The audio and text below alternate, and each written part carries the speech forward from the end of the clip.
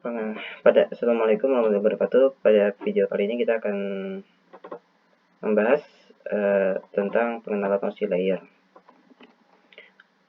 OSI adalah model referensi yang mana tercipta dalam bentuk kerangka konseptual. Bahkan sekarang ini ia telah menjadi satu standar koneksi dalam untuk sebuah komputer. Selain itu, ia diciptakan juga untuk memenuhi tujuan tertentu.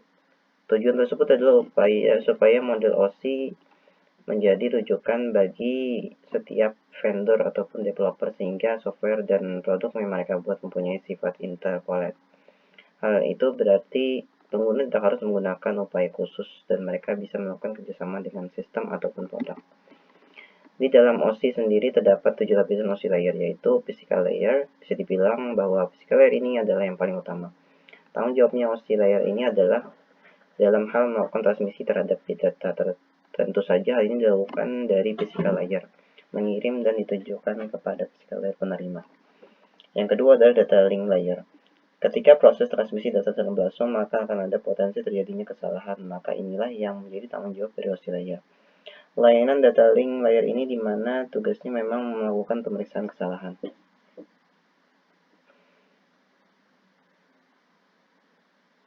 Network layer ketiga adalah network layer. Di antara 7 OSI layer yang ada, network layer memiliki tugas dalam mendefinisikan alamat IP. Hal ini membuat setiap komputer akhirnya dapat terhubung dengan satu jaringan. Bahkan tak hanya itu saja, network layer juga berfungsi untuk melakukan proses routing serta membuat header pada paket data yang ada. Transport layer untuk mengirim pesan antara dua atau lebih host yang ada dalam jaringan, maka ini adalah tanggung jawab dari transport layer. Selain itu, ia juga menangani adanya pemecahan serta penggabungan pesan, kemudian juga melakukan kontrol untuk keandalan jalur koneksi yang sudah diberikan. Yang kelima adalah session layer. Tanggung jawab dari session layer adalah mengendalikan sesi koneksi dialog dan juga mengelola, bahkan dapat pula memutuskan koneksi dari komputer. Agar bisa membantu sesi komunikasi, maka digunakanlah sirkuit virtual yang mana dibuat oleh lapisan OSI bernama transport layer. Yang keenam adalah presentation layer. Melakukan definisi terhadap sintaks yang dipakai oleh host jaringan dalam berkomunikasi merupakan tugas dari presentation layer ini. OSI layer nomor 6 ini juga bertanggung jawab melakukan enkripsi dan juga dekripsi informasi serta data hingga kemudian bisa dipakai di lapisan aplikasi. Yang ketujuh adalah application layer. Berbicara tentang penyedia interface antara protokol jaringan pada aplikasi yang sebelumnya sudah ada di komputer, maka ini merupakan tugas application layer. Ia juga merupakan lapisan paling atas dari model OSI dan kerap memberikan layanan yang mana begitu dibutuhkan oleh aplikasi. Cara kerja OSI layer bisa dibilang sangatlah panjang dan cukup rumit. Ambil contoh ketika Anda hendak mengirim sebuah email ke komputer lain. Berikut ini tahapannya.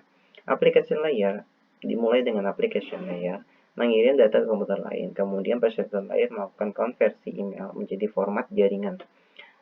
Masuk ke dalam session layer, membentuk sesi perjalanan data sampai proses pengiriman selesai dilaksanakan. Setelah itu menuju ke transport layer, pengirim memecah data data dan dikumpulkan lagi di transport layer penerima.